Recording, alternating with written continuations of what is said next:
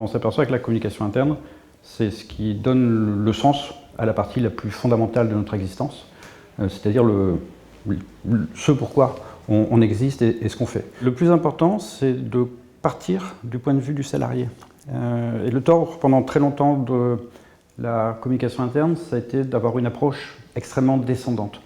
Donc le plus important, c'est de comprendre l'attente du salarié. Il y a une forte schizophrénie dans les entreprises.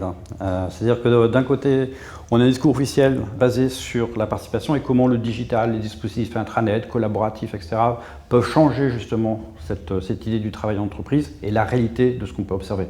La réalité qu'on peut voir notamment, c'est que les réseaux sociaux internes fonctionnent encore assez mal, où ils sont dans une approche assez informationnelle et souvent promotionnelle de l'entreprise. Pour être un bon communicant interne, je dirais que la qualité première, c'est de se méfier de la sophistication extrême des outils d'analyse, de diagnostic, d'audit.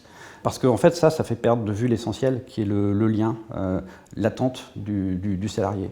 Moi, le premier conseil que je donne à mes étudiants qui quittent l'université, c'est quand vous arrivez dans une entreprise, la première des choses à faire, c'est quitter votre bureau.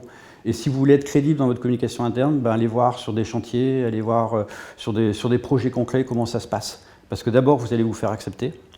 Et ce sera beaucoup plus facile quand vous communiquerez plus tard, mais ensuite votre communication sera beaucoup plus crédible parce que vous saurez à qui vous allez vous adresser. À SCI, je te souhaite un très bon anniversaire.